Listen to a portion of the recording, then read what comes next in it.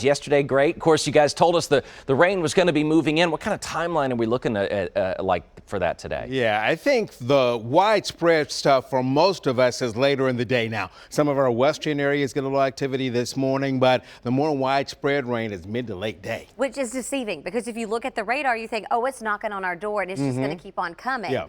But it's very slow to move. Hence, we're going to have some pretty high rain totals. Yeah, definitely. And the other positive, though, on that is that with it being a slower mover, we could still see a strong storm or two, but that does help to keep the severe weather threat more to the south of us. And that is going to be really working to our advantage for sure. So there are a lot of positive movements with this system taking its slow time. Right now, we're warm out there. Current temperature overlooking Nashville, 63 degrees. Typically, the average high for your afternoon, 64 to 65. Something else to notice are our gusts coming in out of the south, 11 miles per hour, and then our gust, 23. There's a lot of movement out there.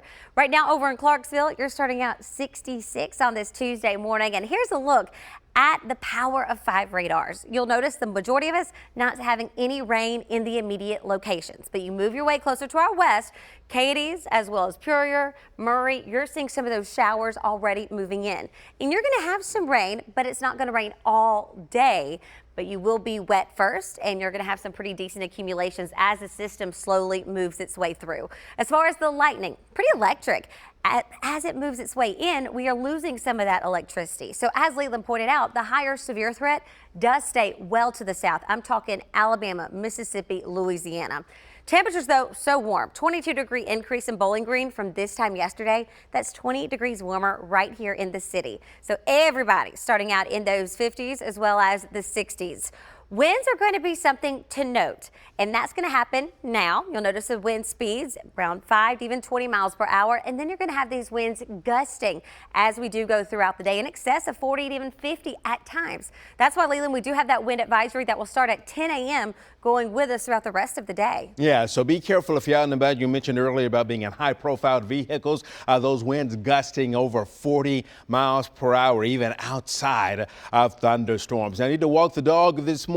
A lot of you get the green paw if you do the west, more yellow, but this is Sky and Holly here, courtesy of Michael and Dana Hall. And we do see as we go into the afternoon, the temperature is going in the mid upper 70s there, and then rather windy for us for today. But here are the highs going into the afternoon. Nashville 79, 76 Shelbyville, 74 Bowling Green, lower 70s you head to Cookeville, and then back over to Crossville. But let's kind of walk you through the timing of the rain here with the exact track. So at 8 o'clock, it's still mainly confined west-northwest. Ahead of that, there could be some scattered showers to develop over the mid-state. You can see this particular version of exact track shows a little bit trying to get organized along I-65. But again, anything east of that main line is kind of a hit-miss setup. Here we go at 12 o'clock, and some of you in the eastern areas may even get a little bit of a mix of sun and clouds. There could be spotty showers. So at noon, there is the main line. Ahead of the main line, yeah, there could still be a couple of hit-miss showers with that. But notice, here we go at 2 o'clock, so it's a slow-moving setup. Here we go at 4 o'clock, and then as we get into the afternoon commute, there's that line now finally moving across Middle Tennessee,